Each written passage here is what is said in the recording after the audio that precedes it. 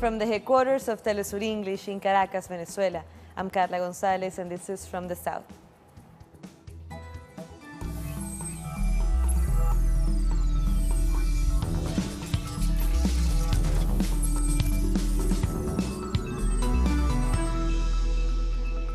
Several bilateral agreements have been signed in Pyongyang between the two Koreas following their summit on Wednesday. Footage shows the two leaders signing the agreement at the State Guest House. The first session of the talks, which lasted for 2 hours, was held at the headquarters of the North Korea's ruling Workers' Party Central Committee. The two Koreas agreed that the peninsula should turn into a land of peace. We adopted a military pact to end a history of brutal, tragic confrontation and hostility, and agreed to make efforts to turn the peninsula into a land of peace without nuclear weapons and nuclear threats. South and North Korea agreed on a denuclearization plan for the first time. It's a very magnificent outcome.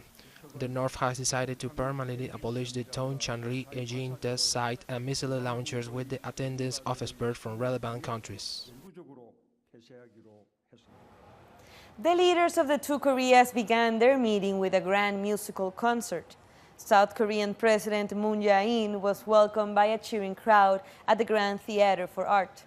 North Korea's Kim Jong-un and his wife Ri So-yoo also enjoyed the performance.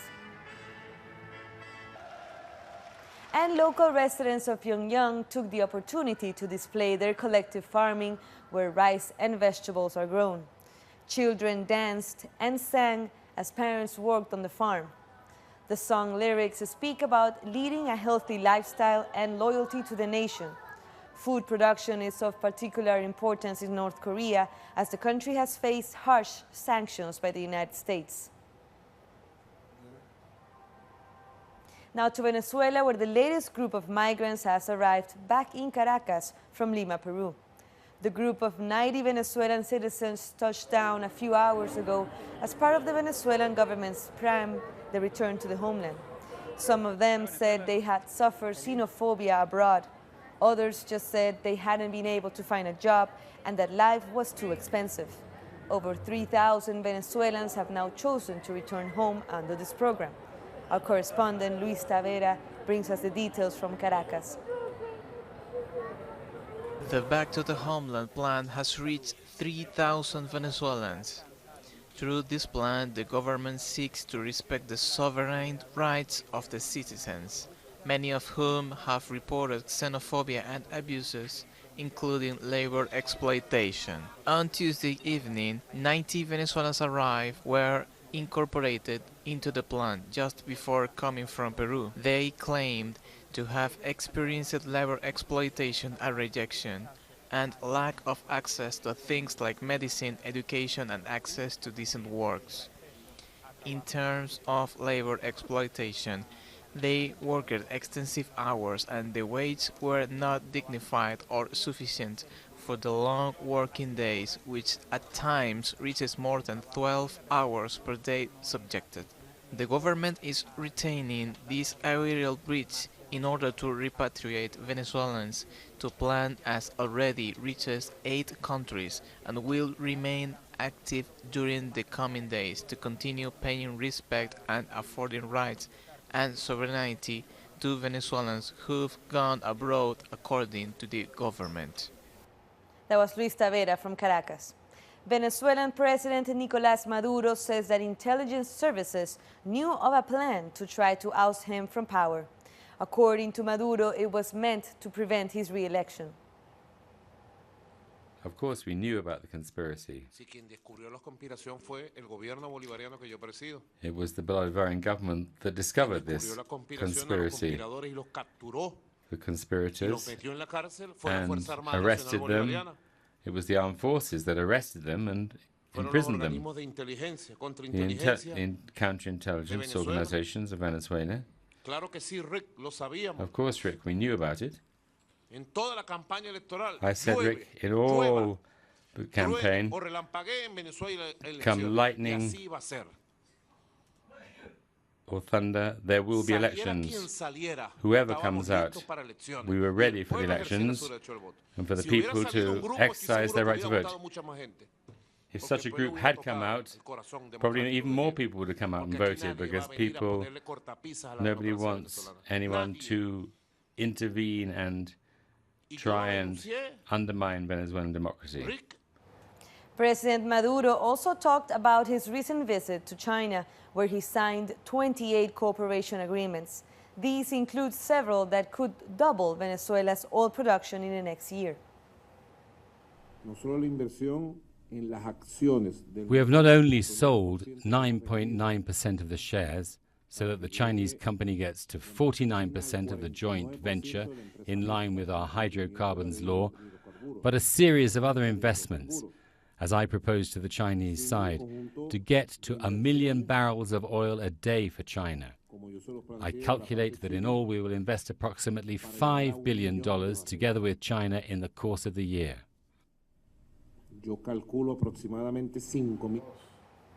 The United States has imposed new tariffs on Chinese imports starting next week. The new tariffs are worth $200 billion US. Donald Trump's administration is also threatening to target even more Chinese products if Beijing retaliates. The Chinese government has said it would impose tariffs on US goods worth $60 billion in response to the move.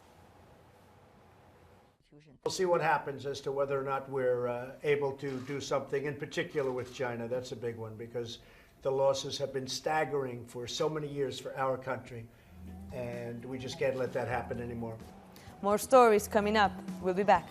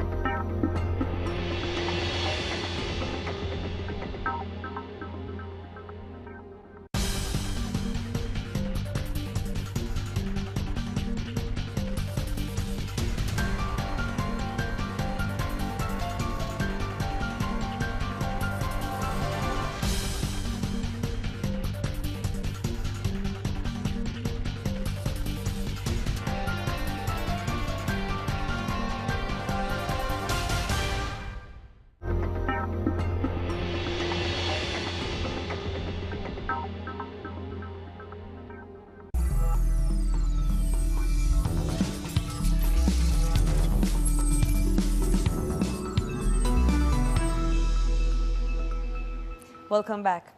On Tuesday, the Congress of South African Trade Unions reached its second day. The General Secretary of the South African Communist Party, Blade Simande, lamented the state of the South African economy. He said state revenue is under severe pressure and that debt, class inequalities, unemployment, and poverty levels also remain high. The country needs a very strong COSATU, even more so now, when we are faced with the many challenges that we have, like the ones I started with when I was opening my speech. Problems of poverty, unemployment, the issue of young people and drugs and substance abuse. Because COSATU is a trade union federation, but its voice and organizational muscle is very important in terms of building a better South Africa. So that is why this Congress is very important. But also this Congress is important just for purposes of building a stronger COSATU itself. Brian Malanga from Moja Media was there and gives us the details from the conference. Top of the agenda today was once again that topic that I introduced yesterday, the issue and the notion of gender equality. And it is interesting to note that as we have and as the Congress has this conversation around gender equality, the conversation is around saying no to unfair treatment, no to discrimination, and it is even brought into the whole conversation and debate what we might consider as sexual minorities, and this is the LGBTIQ community. And it's very important to note that the 13th conference is actually saying there will no longer be tolerated any form and shape of any discrimination within the Congress, within the Federation, and within all of its alliance partners. Then connected to that is the whole notion of empowerment of women. And we saw that very clearly today, where we have one female candidate who went unopposed and who's going unopposed in this battle for leadership. She is the first, she's going to be the first in South Africa. She's also going to be the first on the continent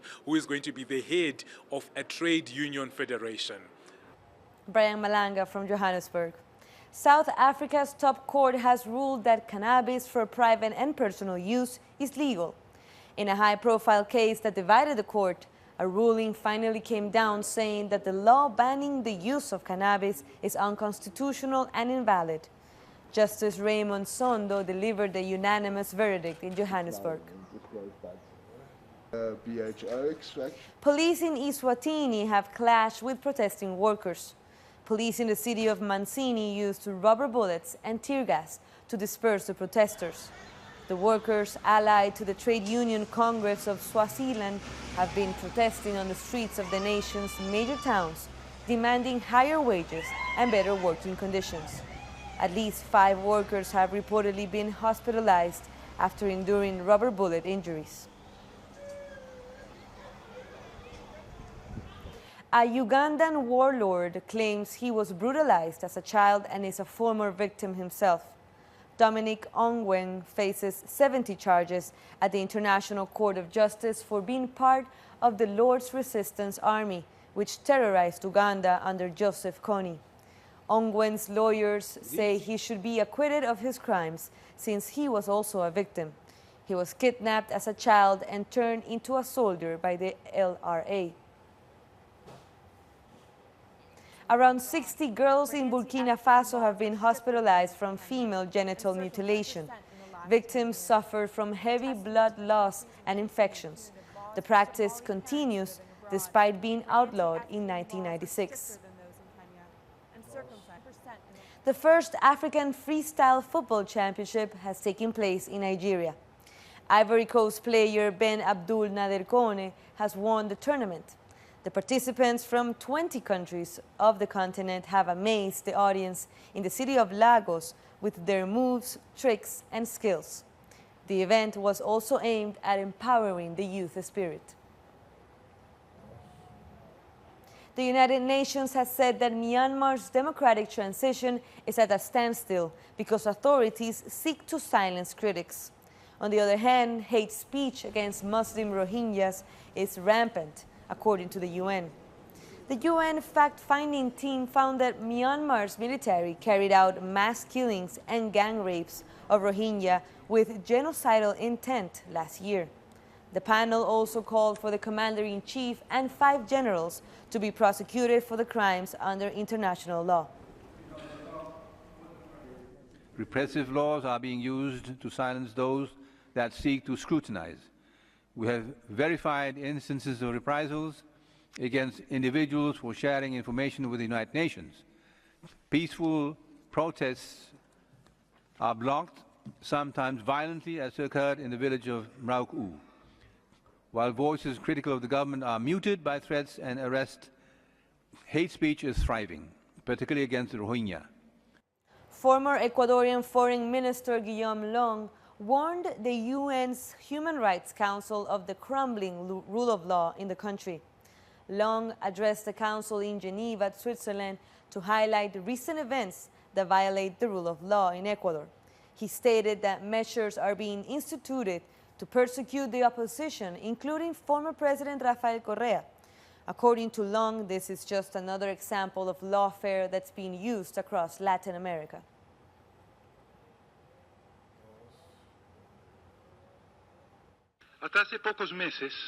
Until a few months ago, I represented Ecuador in this very council.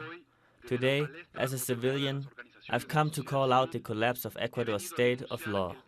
Our government has disbanded the Constitutional Court, and many other judicial bodies have been directly intervened by political interests, violating the constitution in order to persecute opposition leaders. In particular, former President Rafael Correa and officials from his administration. What is happening in Ecuador is the politicizing of justice, what is known as lawfare, and which we can see all across Latin America. I asked this council to call on the Ecuadorian government to put an end to political persecutions and to avoid any repercussions my speech today may bring. Israeli police have come under fire for carrying out an attack on Palestinian worshippers at the Al-Aqsa Mosque in Jerusalem on Tuesday.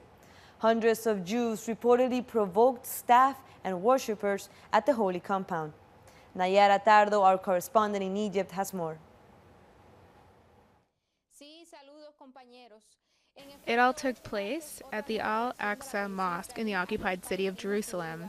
It is one of the three most important mosques for Islam, and according to the Muslim tradition, the Prophet Muhammad ascended to heaven from this place in the year 621, thus making it a sacred place for Muslims. Therefore, existing rules establish that non-Muslims may enter the place during the established hours for the visit, but they are not allowed to perform any religious rites. However, today dozens of Jewish fanatics entered the mosque and tried to celebrate Jewish rituals that are against the permanent orders, which provoked a confrontation between the Israelis and the Palestinians.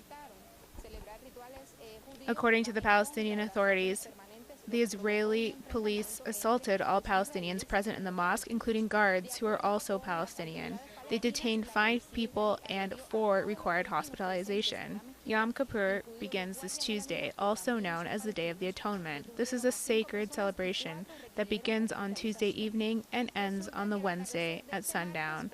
Therefore, the Jewish right-wing group asked the followers to intensify their presence within the Al-Aqsa Mosque complex, to take over it and to build a Jewish temple in place of the Muslim mosque. Let us remember that Jerusalem is one of the cities occupied by the Israelis, who intend to take control of that city completely to make it a definitively the capital of Israel. Stay with us for more developments. That was Nayara Tardo, our correspondent. We'll take one last short break, but stay with us for more news from Latin America.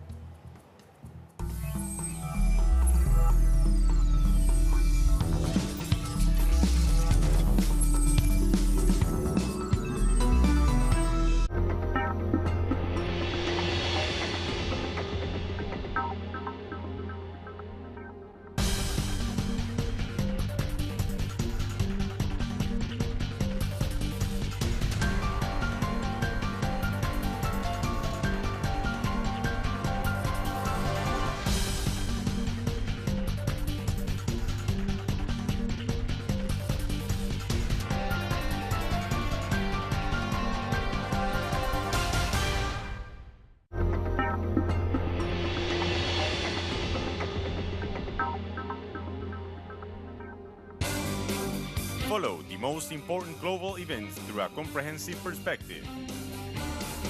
A team of journalists in 25 locations around the world.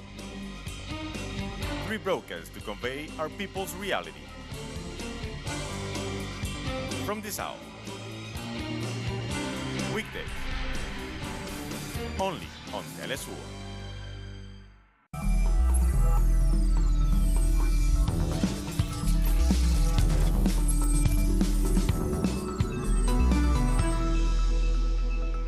Thanks for joining us again. Former Argentinian President Cristina Fernández de Kirchner has appeared in court for a 3rd hearing. A judge has requested her immunity as a senator be lifted so she can be detained. She is accused of taking part in an alleged bribery network during her presidency. Fernández has denied any wrongdoing. Many believe this is another example of the political persecution of a progressive Latin American leader. Fernández supporters gather outside the court in Buenos Aires.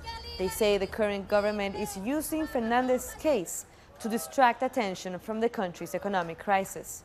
They defend Fernández as one of the leaders who work towards bringing social justice in the country. This is all a circus. They brought her here because they obviously want to cover up their tracks. They are covering up everything. President Mauricio Macri is firing many people. There are more layoffs now in Argentina, more poverty. Our correspondent in Buenos Aires, Edgardo Esteban, has the latest. The former president, Cristina Fernández de Kirchner, arrived at the court of Dr. Sebastián Casanelo because of the so-called notebook scandal. She registered her statement at the court and said that she is being attacked and persecuted for the last 2 years and 9 months. She also said that she's being harassed by the judicial system by being asked to appear in court even when there isn't substantial evidence against her. There has been a lot of commotion in the political circle after the request made by Judge Claudio Bonadío regarding the management of funds by under her administration. Until now, the only evidence the court has is the photocopy of the notebook entries, but the original notebook has not been produced in the court. The investigating team has been looking for containers full of money in Patagonia, but so far they haven't found anything. Cristina Fernández has said that they can look all over Patagonia and they won't find anything. On the other hand, the popular support on social media has been really surprising for her. And the polls say that if there was an election today, Cristina Fernández de Kirchner would win by large margins in comparison to Mauricio Macri. Social movements and human rights organizations claim that all this is to deviate the attention from the economic crisis of the country and to focus on Cristina Fernández, similar to what is happening in Brazil with Lula da Silva. Now to Brazil, where according to the Electoral Court, former President Dilma Rousseff can be a candidate for the Senate. With 4 votes in favor and 3 against, a court in Minas Gerais, in the southeastern of the country, decided to authorize her registration. By doing so, the court dismissed petitions that claimed Rousseff lost her political rights after being impeached in 2016. Such a ruling would have instead banned her from politics for 8 years. Rousseff celebrated the decision on Twitter. Just 3 weeks to Brazil's presidential elections, and the support for Workers' Party candidate Fernando Haddad has sharply grown in the latest poll. Haddad, who replaced imprisoned former President Luis Ignacio Lula da Silva, had 17.6% of voter intentions in the first polling. That places Haddad just behind right-wing Jair Bolsonaro, who took 28.2% of voter support. After meeting with Lula at the federal police headquarters in Curitiba, Haddad said polls are an important portrait of the electoral scenario, emphasizing that there is a lot of work to be done. U.S. intellectual and activist Noam Chomsky weighed in on the complex situation of Brazil and the region. Chomsky heavily criticized U.S. military intervention in South America. While in Sao Paulo, Chomsky highlighted significant achievements of the government of Lula da Silva on both domestic and geopolitical fronts. He also denounced any U.S. military intervention in Latin America, especially the ongoing siege against Venezuela. For the sake of freedom and democracy in Brazil, Lula should be freed to run in the presidential election, and presumably will win the election. He's had an admirable record and can propel Brazil back to the position in the center of the world stage that was in fact achieved with Lula's actions, along with his foreign minister, Celso Amorim, with impressive domestic achievements as well. Those days can return, and freeing Lula is the first step towards them. Award-winning U.S. film director Oliver Stone harshly criticized what he described as the systematic assassination of Colombian social leaders. He was speaking during a press conference at the recent Smart Films Festival held in Colombia. I've heard alarming reports from many sides now about the paramilitaries in Colombia going about the old business of killing people, killing Colombian reformers, unionists, reformers, teachers. In Costa Rica, marches continue against the tax reform bill proposed by the government. During the second week of the union-led strike, Fears of fuel shortages caused long lines at gas stations. Many roads in the country's interior remained blocked, mainly in the province of Limón, where union led fresh protests on Tuesday. People in Costa Rica are asking for tighter controls on borders, but human rights defenders are worried that this could fuel discrimination in the country. Violent protests took over the streets of San Jose. Xenophobic groups are asking that borders be controlled and that the government stop receiving migrants. They say their concerns are over jobs and safety. We are not against foreigners or immigrants. We are not xenophobic or racist, but we are against crime and criminals. We are against people coming to steal. We have enough criminals as it is. Now we have to burden ourselves with other countries' problems. They are irresponsibly letting people in when our unemployment rate is already at 10.5%. It's against common sense to receive so many people when our economic situation is so poor. Even mayors of border towns have asked for higher control. We care about border control. We need more manpower. We live in peace with our neighbors, but we must lawfully protect our borders. Human rights defenders are worried about the rise in xenophobic discourse, something which hadn't been seen before in the country at such a large scale. The violent discourse is becoming noticeable on a physical level. In the last protests we had in San Jose, some Costa Ricans actually attacked a group of foreigners. Protests against migrants on the streets, in social media, and even by some authorities are not being recognized by migration services, who proclaim that xenophobic rhetoric is decreasing. The number of pro-migrant organizations are higher than those who have attacked these groups. Costa Rica deems itself as a multicultural country, and migration has always meant a lot for arts, education, sports, and society in general. We've come to the end of this news brief. This and many other stories you can find on our website, telesurtv.net/English. You can also follow us on social media on Facebook, Twitter, and Instagram. For Telesur English, I'm Carla Gonzalez. Thank you for watching.